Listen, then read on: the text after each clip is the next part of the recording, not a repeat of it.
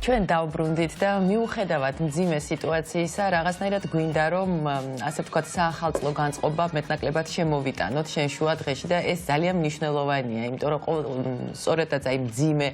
პერიოდში არის ძალიან მნიშვნელოვანი რომ ადამიანებმა რაღაცნაირად დადებითი იმპულსები გადავცეთ ასე ვთქვათ ერთმანეთს და ცოტა გავიხალისოთ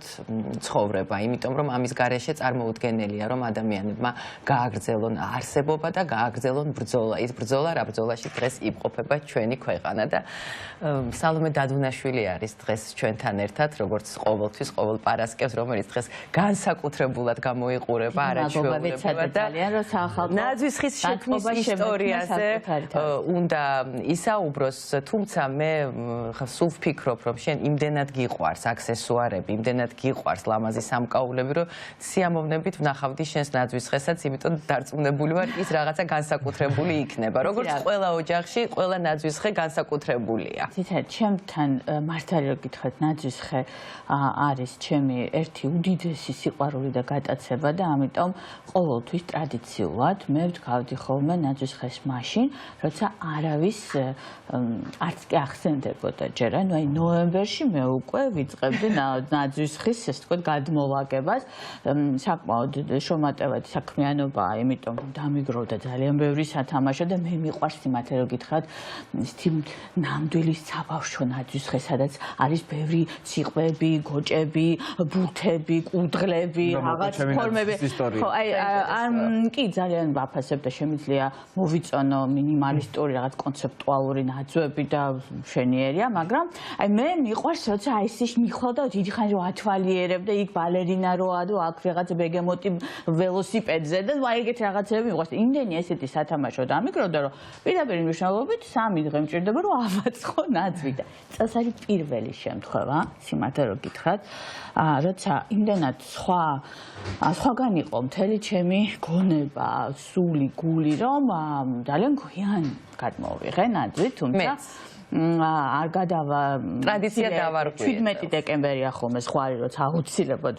ტრადიციულად არის დღე, როცა ვდგავთ ხოლმე ნაძვს და მაგ დროს, მაგრამ ჯერ კიდევ თქვენ წარმოიდგინეთ არ დამისრულებია მისი აწყობა.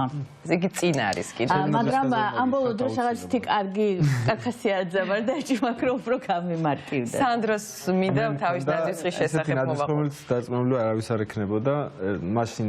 სანამ მარტო ვცხოვრობდი და ორი შვილი არ მყავდა. უკვე მორთულს ინახავდი და არა, ეს მეთოდიც ვიცი. როდეს ადგილი მქონდა შესაბამისი სახლში,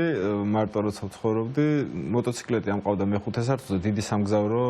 ლიფტი მქონდა, შიგნით მოტოციკლეტი თავისუფლად ეწეოდა და ზამთარში ვინაიდან არ იყო მაგის ამინდი, სახლში მეყენა ხოლმე მისაღებ ოთახში დიდი მოტოციკლეტი. გადასარევი სახლი ქონდა სანდროს. მაგას ვთავდი, აი გადაღებული. მაგ მისაღებ ოთახში მედგა მოტოციკლეტი და იყო მორთული, საახალწლოდ. მოტოს ვთავდი, შენი ნაძვისხე ეგ იყო. მე მომწონს ეს ძალიან. მეც ვიტყვი ორი სიტყვით, აღარ გავაგრძელებ ჩემს სიტყვას, მეც მაქვს ჩემებური ტრადიცია, მე 13 დეკემბერს არის ჩემი დაბადების დღე და ყოველთვის 13 დეკემბერს ვდგამდი ხოლმე ნაძვისხეს. წელს ეს ტრადიცია დაირღვა ძალიან ბევრი მიზეზის გამო, პირადი ტრაგედიების გამო, ქვეყანაში არსებული მდგომარეობის გამო დაირღვა ეს ტრადიცია. ნუ ცხოვრება ასეთია, ასეც ხდება ხოლმე, მაგრამ ერთი რამ არის, აქვს ჩემს ნაძვისხეს, რომ წლების განმავლობაში შეგროვილი, ასე ვთქვათ, სათამაშოები, ეს არის ძირითადად წითელი და ოქროსფერი ბურთები, რომელსაც წლები აწერია, აი სხვადასხვა წლებით, ასე ვთქვათ, ირთვება ეს ნაძვისხე და ყველაზე მნიშვნელოვანი არის ის, რომ ყველა ოჯახის წევრმა უნდა მიიღოს ამაში მონაწილეობა. რა თქმა უნდა, მე ვაკეთებ თავარ საქმეს, მაგრამ თითო სათამაშო აუცილებლად უნდა დაიკიდოს თითოეული ოჯახის წევრისგან. ეს არის ჩემი, ასე ვთქვათ, ესეთი ოჯახური ტრადიცია ნაძვისხესთან დაკავშირებით. როცა გადავწყვეტეთ, რომ აი დღეს ამ თემაზე უნდა გველაპარაკა, რა თქმა უნდა, ეს არ იქნება მხოლოდ ნაძვისხის უბრალოდ ისტორია. იმიტომ რომ სხვა ძალიან ხანმოკლეა. თქვენ წარმოიდგინეთ, რომ მთელ მსოფლიოში ნაძვისხის მორთვა მხოლოდ მე-19 საუკუნის ბოლოს დაიწყეს. ჩვენ უნდა წავიდეთ გააცილებით უფრო ადრე. და დავიწყოთ ყველაფერი ქრისტეშობამდე დიდი ხნით უფრო ადრე, იმიტომ რომ ეს არის მართლაც ჯადოსნური ისტორია, იმიტომ რომ ჯერ კიდევ ძველ ეგვიპტეში ჯეროდათ ეგვიპტელებს, რომ ყოველ დღე, როცა მზის ღმერთი რა მიცურავს, მზის კაბადონზე თავისი არაჩვეულებრივი ნავით ღამე ის უახლოვდება მიწისქვეშეთს. ეს არის მიწისქვეშეთში არსებული ეგვიპტე, სადაც არის მდინარეები, სადაც არის ხალხი, რა თქმა უნდა, გარდაცვლილთა სულები და იქ მას ელოდება დიდი გველეშაპი აპოპი და ყოველ ღამე რა ებრძვის აპოპს და ამარცხებს მას და დილას ისევ ამოდის მზე. ყოველ ღამე ეს არის საზღვარი, განთიადი, როდესაც ღამე სრულდება და იწყება ახალი დღე. და ასეთი საზღვრები ძველ ჩვენს წინაპრებს ჰქონდა დათქმული არა ერთი. და აი ამ საზღვრებზე უნდა ვილაპარაკოთ აუცილებლად, სანამ ნაძვის ხემდე მივალთ და მე დარწმუნებული ვარ, რომ როცა ჩვენ დავასრულებთ აი ამაზე საუბარს, მეც ესე დავამართალ. ვისაც არ გაქვთ ჯერ ნაძვის ხე გამოღებული, იმიტომ რომ გეგონათ, რომ დღეს და ამ წუთში ამის დრო არ არის, დარწმუნებული ვარ, რომ აუცილებლად გაიქცევით, გამოიღებთ და აუცილებლად მორთავთ აწყობთ და საკუთარ თავს და ოჯახს შეუქმნით იმ წყლის ზღვარის გადალახვის შეგრძნებას, რომელიც უნდა იყოს ახალი წელი, იმიტომ რომ ახალი წელი ეს არის ახალი იმედი, ახალი დასაწყისი და ჩვენ სწორედ აი ამას ვეგებებით, რა თქმა უნდა, შობა მნიშვნელოვანი რელიგიური დღესასწაულია, მაგრამ ახალი წელი ეს არის ის საზღვარი, როდესაც ჩვენ სულ სხვანაირად უნდა დავინახოთ სამყარო და სწორედ მოდი საზღვრებზე ლაპარაკი დავიწყოთ და აი ეს რაღაცა დროში არსებული ნაპრალები, რომელიც ან გადაილახება, ან არა, მაგალითად განთიადი, შუაღამე, შუადღე თქვენ წარმოიდგინეთ, ახალი წლის დასაწყისი არის სიკეთის ბოროტებაზე, სინათლის სიბნელეზე გამარჯვების სიმბოლო ყოველთვის, იმიტომ რომ ეგვიპტელები თუ რას წირავდნენ მსხვერპლს, მისთვის ლოცულობდნენ, სწორედ იმიტომ აკეთებდნენ ამას, რომ რას ქონოდათ ძალა, რომ ყოველ ღამე დაემარცხებინა აპოპი და დილას ამოსულიყო ცაზე და გაენათებინა ყველაფერი. სწორედ ასევე ღამე, შუაღამეს ისევ და ისევ, რატო გვაქვს ეს საზღვარი, როდესაც არის ესეთი მითები და ლეგენდები, რომ სწორედ შუაღამის ბოლო, ეს თქვა ზარი რო ჩამოკრავს, მაშინ იხსნება ბნელეთის კარიბჭე და იქედან რაღაცა სულები გამოდიან. ან თქვენ წარმოიდგინეთ, ჩრდილოეთის ხალხს მაგალითად ჰქონდა ძალიან სერიოზული ასეთივე საზღვარი დათქმული შუადღისას, როცა ჩრდილები ქრება, როცა ჩვენ ვართ დაუცველები თითქოს და აი ამ დროს მათი მითების მიხედვით ძალიან ხშირად შეიძლება გადაგეყაროს ესეთი უცნაური არსება, სადმე უცნაურ დღეში თუ სეირნობ და აი ეს პატარა-პატარა დროის ბზარები, რომლებიც შეიძლება არ შეიკრას, თუ ჩვენ კარგად არ მოვიქეცით. არის სწორედ აი ის საზღვარი, რომელსაც ჩვენ ყოველ დღე, ყოველ წელს გადავახავთ ხოლმე. და ახალი წელიც სწორედ აი ამ საზღვრის შეგრძნებასთან არის დაკავშირებული უპირველეს ყოვლისა. თუმცა, რა თქმა უნდა, თუ გავიხსენებთ ძველ თუნდაც ჩრდილოეთის ხალხის ძალიან დიდ ტრადიციას იოლის შესახებ, სატურნალიებს ძველ რომში, ჩვენ მივხვდებით, რომ ეს არის კიდევ შუა ზამთრის აღნიშვნა, როდესაც ზამთარი პრაქტიკულად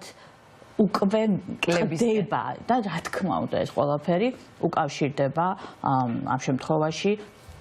ბუნიობის დღეს, როცა ღამე და დღე უტოლდება ერთმანეთს და დღე იწყებს გაზრდას. ბუნებრივია ქრისტიანულმა რელიგიამ ძალიან სწორედ როცა დამკვიდრება ცდილობდა, ყველა წარმართული დიდი ზეიმი გამოიყენა სათავისოდ და დიდი რელიგიური, ქრისტიანული, სიმბოლური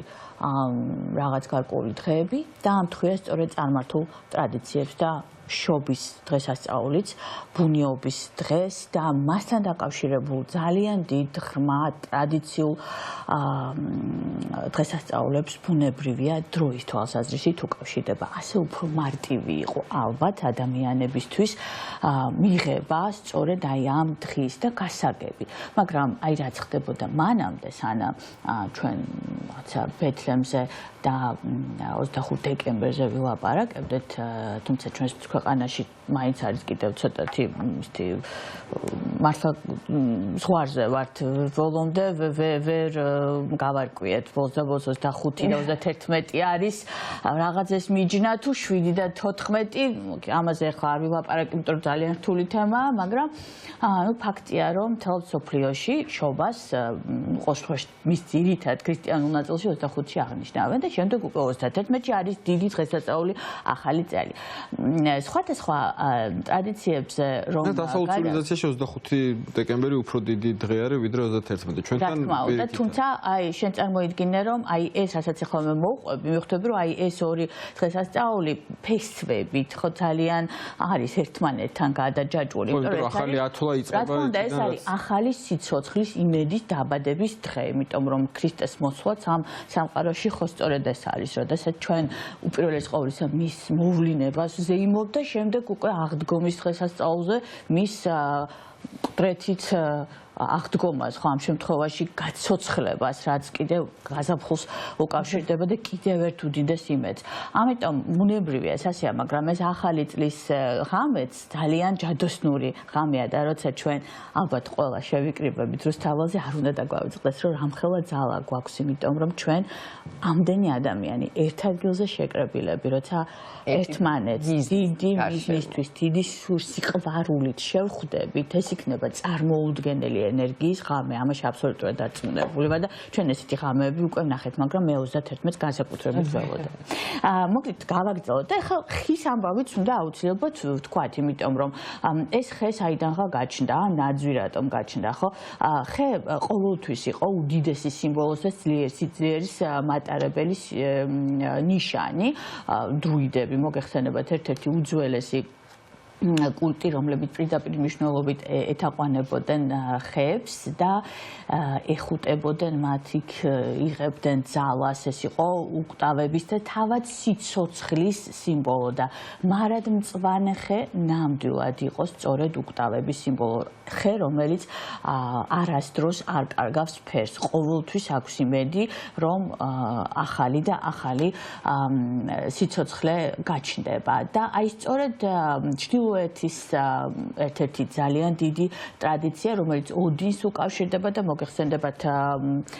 არაჩვეულებრივი მითოსი, სადაც არსებობს ხე იგდრასილი, რომელიც სწორედ ესეთი დამაკავშირებელია მიწის ქვეშეთის მიწის ზედა სამყაროსი, ჩვენი სამყაროსი და ზეციერი ღმერთების სამყაროსი, იგდრასილი, რომლის ფესვებშიც ბინადრობს ასევე გველეშაპი, რომლის ქერქითაც იკვებებიან ირმები და არის ჯადოსნური ციყვი კიდე, რომელიც არის საოცარი ძალით დაჯილდოვებული, რომელსაც შეუძლია, რომ აი ამ სამყაროში გადაადგილდეს და იმოძრაოს. ეს არის პრაქტიკულად ამბის მიმტან მომტანი და ხე რომელიც არის თვითონ სიცოცხლე. თავის დროზე ეს ხალხი ეთაყვანებოდა უფრო მუხა იყო უფრო სიმბოლური ვიდრე ამ შემთხვევაში ნაძვი, რომელიც უკვე შემოგვემატა და მაგრამ სხვათა შორის ეს ტრადიცია რომ ხის ასევე ხე იყო რა თქმა უნდა სითბოს წყარო, იმიტომ რომ ერთ-ერთი დიდი ტრადიცია ასევე არის უზარმაზარი კუნძის პოვნა, სადმე სახლში მოტანა და მისი ცეცხლში მოთავსება და გარდა იმისა რომ ის იძლევა სითბოს და იწვის ძალიან დიდი ხანი, მისი ყოველი ნაპერწკალი, რომელიც მიფრინავს სადღაც ზევით, არის სიმბოლო იმ ახალი სიცოცხლისა ამ შემთხვევაში, რომელიც მომავალ წელში გაჩნდება. ეს იყოს ადამიანი, შეიძლება ძროხა, ცხვარი, ყველაფერი ის, რაც ადამიანს დაეხმარება, რომ კიდევ ერთი წელი იცოცხლოს. ასევე, რა თქმა უნდა, რაც შეეხება აი ამ უზარმაზარი ჭამასმის ტრადიციას, ხო, რომელიც არის ზედმეტობაში გადასვლის ინდულგენცია გვაქვს ხო ამ შემთხვევაში როცა შეგიძლია რაც გინდა ის გაკეთე აი ხა ახალ წელს შევჭამ და მე პირველიდან კარგად მოვიქცევ ოლივიეს აი მაგაცაც გეთ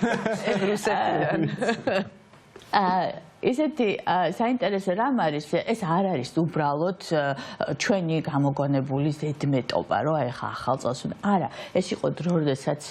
იკლებოდა ძალიან ბევრი საქონელი, იმიტომ რომ მათი შენახვა ზამთრის განმავლობაში კიდევ უფრო რთული იყო, ვიდრე დავუშვათ მათი დამარილება და ეს მომარაგება. და ამ 25-ში იყო ხსნილი, იმიტომ რომ მარხვის პერიოდი იყო და მე 31-ში უკვე ახალი წლისთვის ხდებოდა ეს ამბავი. ამ შემთხვევაში, როდესაც ჩვენ 7-ში აღნიშნავთ რაღაცა, აი აქაც ცოტა გაუგებრობას ვაწყდებით. მან მასა ისეთი რთული თემაა, ეს კიდევ ცალკე რაღაცა და საერთოდ არ გადავდივარ ამიტომ რომ მართლა ძალიან რთული ამბავია და ამას გადავწყვეტე რომ არსებე, ხო? მაგრამ ეს ტრადიციულად რომ აი ეს არის დრო, როცა ყველა სახლში ყველას პირიქით უნდა ბევრი ჭამოს, ბევრი დალიოს და კარგად გაერთოს, არის პირდაპირ მნიშვნელობით, რა ვიცი, მე მგონი გენეტიკური მეხსიერება უკვე ძალიან ბევრი ხალხების, რომელიც ჩვენთანაც ალბათ გარკვეულწილად დევს და აი ეს მაგალითად არსებობს საფრანგეთში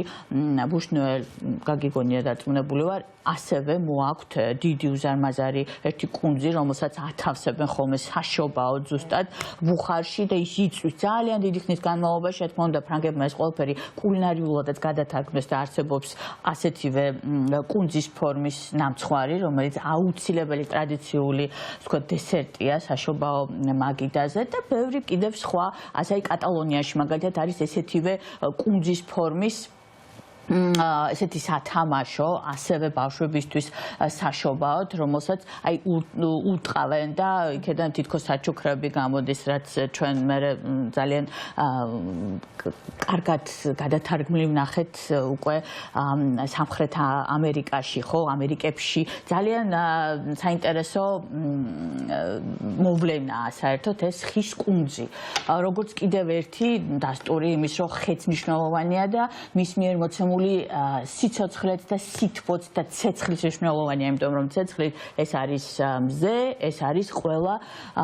ბნელი სულისთვის საშიში მოვლენა და აი ეს არის ალბათ ერთ-ერთი ძალიან დიდი სიმბოლო და კიდევ ერთი სიმბოლო, რა თქმა უნდა, თავად ნაძვი, რომელიც საკმაოდ გვიან გაჩნდა, მისი მოსვლა ტრადიციაში, საშობაო ტრადიციაში, თქვენ წარმოიდგინეთ თუ კავშირდება მარტინ ლუთერს, ერთ-ერთი აქაც არ არსებობს 1000%-ით თქვა დოკუმენტებით დადასტურებული ისტორია, თუმცა ის რომ ნამდვილად ეს გერმანული ტრადიციაა და რომ გერმანელებმა შემოგთავაზეს ნაძვის ხე როგორც საშობაო ტრადიცია, ეს ნამდვილად ასე არსებობს. ერთი ძალიან მნიშვნელოვანი წერილი დამადასტურებელი იმისა, რომ ეს ტრადიცია უკვე არსებობდა, სადაც ერთ-ერთი ბატონი თავის მეტყველს ავალებს 1521 წელს, რომ ის წავიდეს ტყეში და ყველაზე ლამაზი ნაძვის ხე მოიტანოს სახლში. თუმცა მარტინ ლუთერი მოგეხსენებათ ეკლესიის ერთ-ერთი უდიდესი რეფორმატორი, რომელმაც ვიტენბერგში 1517 წელს პირდაპირ მივიდა და ეკლესიის კარზე მიაჭედა თავისი 95 პუნქტისგან შემდგარი ახალი იდეა იმის შესახებ, თუ როგორ უნდა ყოფილიყო სინამდვილეში ეკლესია და ქრისტიანობა საერთოდ რას ნიშნავდა. აი სწორედ ამ ადამიანს უკავშირდება ნაძვი, იმიტომ რომ არსებობს ესეთი ლეგენდა, რომ ის ერთ შვენიერ ღამეს მოდიოდა სადღაც ტყეში, დაინახა მარკოლებით მოჭედილი ცა, კიდევ ერთხელ გაახსენდა რამდენად დიდია სამყაროს შემქმნელი ყოვლის შემძლე ღმერთი, ერთადერთი და სახლში რომ მოვიდა, გადაწყვიტა რომ აი მაგალითად ნაძვი, რომელიც ასევე სადღაც შემოხვდა და სანთლებით მოერთო იმისთვის, რომ ეს სინათლე სახლში შემოეტანა და სანთლებით ჯერდა. შემდეგ უკვე ტკბილეულით, რაღაცა სხვადასხვა სათამაშოებით ნაძვის მორთვის ტრადიცია სწორედ გერმანელებისთვის იყო დამახასიათებელი და თქვენ წარმოიდგინეთ, რომ არა რიგი ქორწინებებისა მთელს მსოფლიოში გერმანული სამეფო ოჯახის ალბათ არ არის გამორიცხული, კიდევ უფრო დიდხანს დარჩენილი იყო მხოლოდ გერმანულ ტრადიციად ნაძვის ხის მორთვა და ნაძვმა მაგალითად ინგლისში ვიქტორიას და ალბერტის ქორწინების შემდეგ მოიკიდა მხოლოდ ფეხი, როცა პრინცი ალბერტი, გერმანელი პრინცი ჩავიდა და სულად მოიყვანა მისი კუზინა ვიქტორია, თან წამოიღო ერთი უდიდესი ტრადიცია საშობაოდ ნაძვის ხის მორთვის და თქვენ წარმოიდგინეთ, პირველი რამდენიმე წლის განმავლობაში საერთოდ არ გავრცელდა ეს, არ მოიკიდა ფეხი ინგლისში, მაგრამ ერთვენიერ დღეს რამდენიმე წელიწადში გამოქვეყნდა გრავიურა, სადაც იყო გამოსახული არაჩვეულებრივი ნაძვი, მორთული და მთელი სამეფო ოჯახი და შემდეგ წელს გაჩნდა, ასობით ნაძვი მთელს მსოფლიოში. რუსეთში სხვათა შორის ჩვენთან მაინც არის ასე თუ ისე კავშირში პეტრე მცადა, პეტრე პირველმა შეეტანა ეს ტრადიცია ნაძვის ხის და სხვათა შორის დამარცხდა, იმიტომ რომ საერთოდ ვერ გაიგო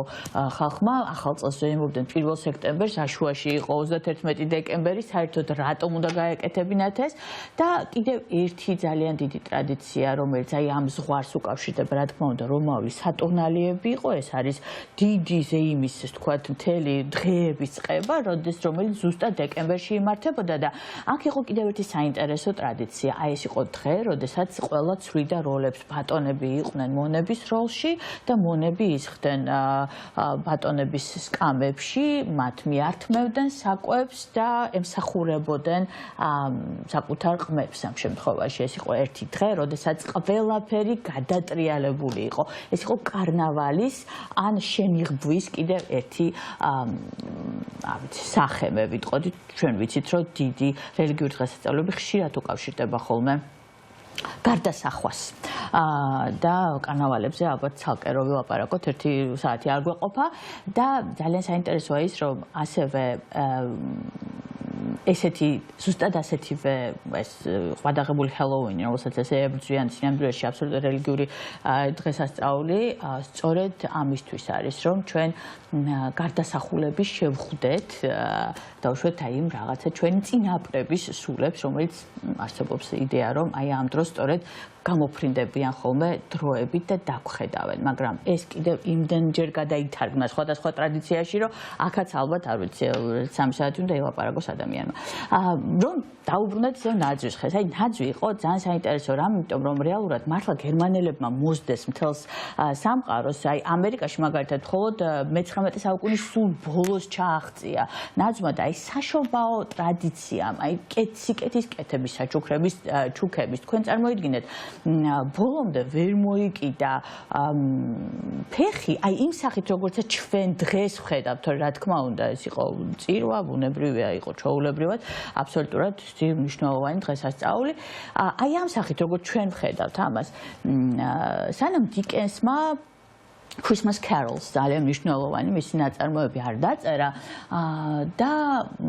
არ დაგვანახა ერთი ძალიან საძაგელი ადამიანის კრუჯი, რომელმაც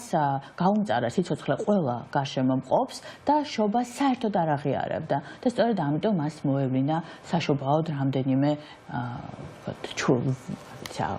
სული საშობის, რომელმაც ბოლოს იმდენ იქნა, რომ ეს კრუჯი საძაგელი ადამიანი გახდა ერთ-ერთი ყველაზე კეთილი გამოსწორდა და ეშველა და საჩუქრებიც დაარიგა და ყველას ისე ჩაგრავდა, ძალიან კარგად მოექცა და დაპირდა ყველას, რომ ამიერიდან ასე აღარ მოიქცეოდა. აი ეს ტრადიცია, რომ მათაც ვისაც არ აქვთ საშუალება, რომ კონდეთ საჩუქარი, კონდეთ ნაძვი, კარგი სუფრა, რომ უნდა გაუნაწილო, აი ესეც არის შედარებით უფრო გვიანდელი ტრადიცია, იმიტომ რომ რა თქმა უნდა ქრისტიანულ რელიგიაში მით უმეტეს, როდესაც ლაპარაკია მნიშვნელოვან დღესასწაულებზე, ისედაც იგულისხმებოდა, რომ ვინც არის უპოვარი, უნდა გაუნაწილო და დაეხმარო. ეს არ იყო რაღაც ესეთი განსაკუთრებულად ერთი დღე გამოყოფილი ამ საქმისთვის. და ძალიან მნიშვნელოვანია ერთი რამ, საბჭოთა კავშირში ნაძვის ამბავი უნდა მოვასწრო, ხა ვიცი რომ დრო ნელ-ნელა იწურება. თქვენ წარმოიდგინეთ, რომ საქართველოში ასევე გერმანელების უზარმაზარი კოლონია იყო, ვიცით, მთელი მარცხენა სანაპირო პრაქტიკულად მათი გაშენებულია, მათ ჰქონდათ არაჩვეულებრივი ტრადიციები, არაჩვეულებრივი პოეზოები, სადაც ზაფხულში თამაშობდა აკეთებდნენ ტენისს, ზამთარში ასხავდნენ წყალს და ყინავდნენ და ციგურებით კატაობდნენ და ნაძვის ხეები თუ იყო თბილისში ნამდვილად მათთან იყო დარწმუნებული ვარ ძალიან ბევრი, მაგრამ მოვიდა საბჭოთა კავშირი და ნაძვის ხე გაუქმა. თქვენს რომ ეს არის აბსოლუტურად ეს თქვათ გადმონაშთი, რომელიც საერთოდ არ ჭირდება არავის და ეს არის დღე, როდესაც ყველა უბრალოდ თრება, რელიგიას საერთოდ აღარც იყო ლაპარაკი, პირდაპირ მნიშვნელობით ახალი წლის გაუქმებაზე იყო ლაპარაკი, ყველა უბრალოდ თრება, არსებობს უზარმაზარი მასალა იმისა თუ რამხელა პროპაგანდა იყო ჩართული აი 30-იან წლებამდე იმისთვის რომ საერთოდ ამოეძირკვათ ეს ტრადიცია ზოგადად ახალი წლის შეხვედრის, იმიტომ რომ პროლეტარიატს საერთოდ არ სჭირდებოდა რაღაცა განსაკუთრებული დღე. მათ უნდა ეთემუშავათ, კი ბატონო, ნორმალურად ეცხოვრათ, მაგრამ აი ხა რაღაცა განსაკუთრებული დღე, როცა ყველა დათვრებოდა და რაღაც უსაქციელობას ექნებოდა ადგილი, არავის არ სჭირდებოდა. და თქვენ წარმოიდგინეთ, ერთ-ერთი კომუნისტური პარტიის ლიდერი ეჭვი მაქვს რომ კიდევ უფრო მაღალია ხელოვნების ხელდასხმით 1930 წელს მან გაბედა და არ გაუბედავს სინამდვილეში რა თქმა უნდა დაავალეს და შეტყდა გამოქვეყნდა უზარმაზარი წერილი სადაც ის ამბობდა რომ საკმარისია დროა ნაძვი დაუბრუნოთ ბავშვებს თქვენ წარმოიდგინეთ იმავე წელს ნაძვი გაჩნდა რა თქმა უნდა ყველა საბჭოთა მშრომელის რეალობაში სახლში ალბათ ესე მალე ვერ დაბრუნდებოდა და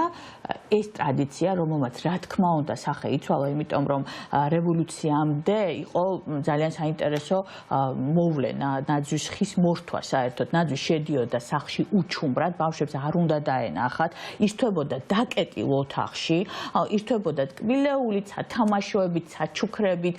და მხოლოდ ახალი წლის ღამეს უშვებდნენ ბავშვებს ამ ოთახში სადაც მათ ჰქონდათ რა თქმა უნდა თავისუფლება რომ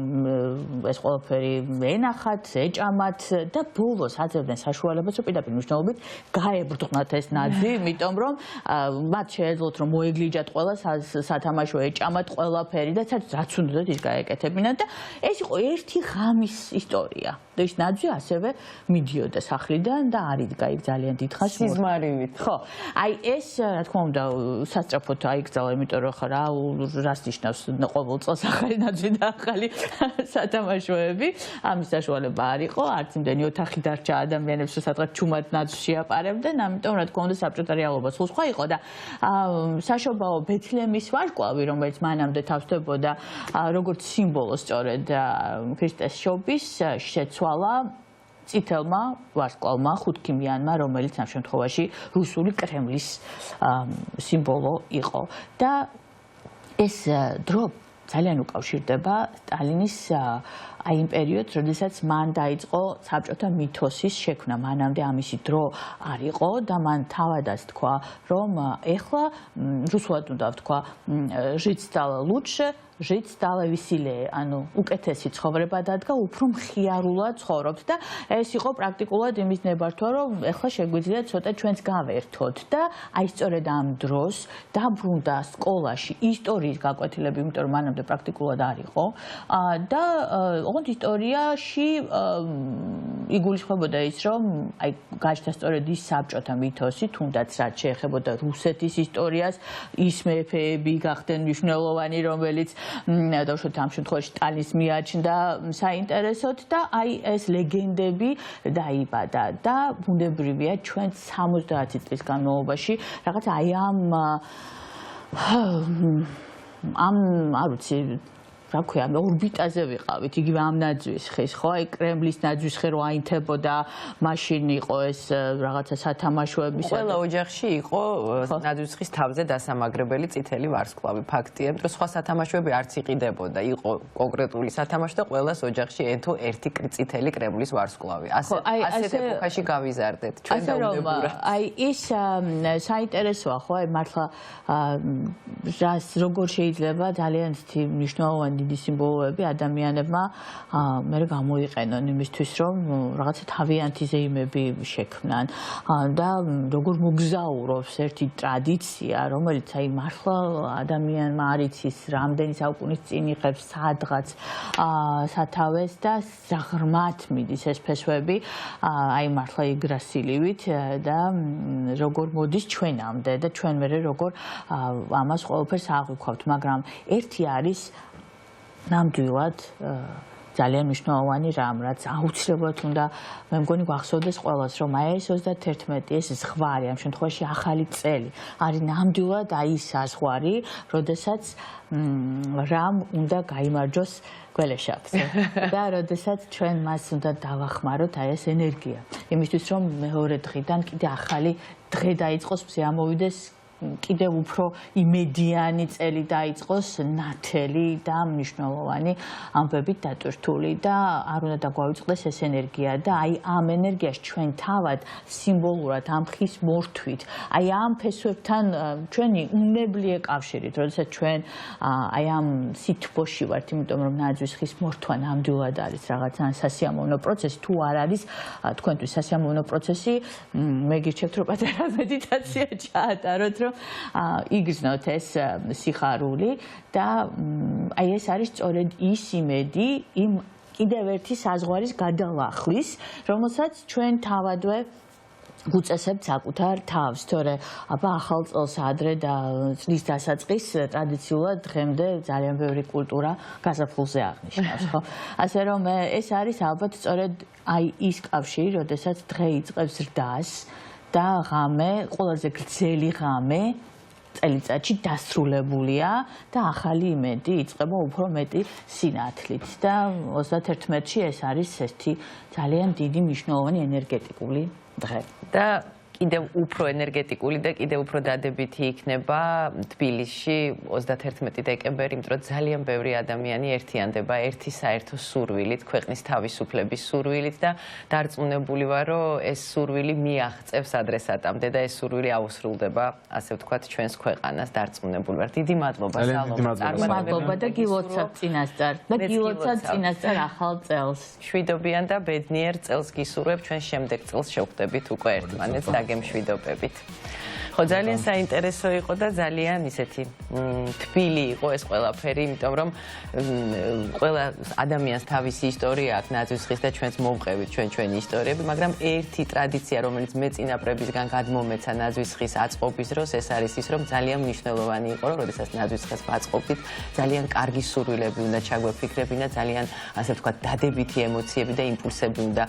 ასე ვთქვათ, გაგვეფქვია და ეს ნაძვის ხე სწორედ აი ამ სიკეთით უნდა მორთულიყო და ეს ტრადიცია დღემდე მომყვება და ყოველთვის, როდესაც ვრთავ ნაძვის ხეს, ეს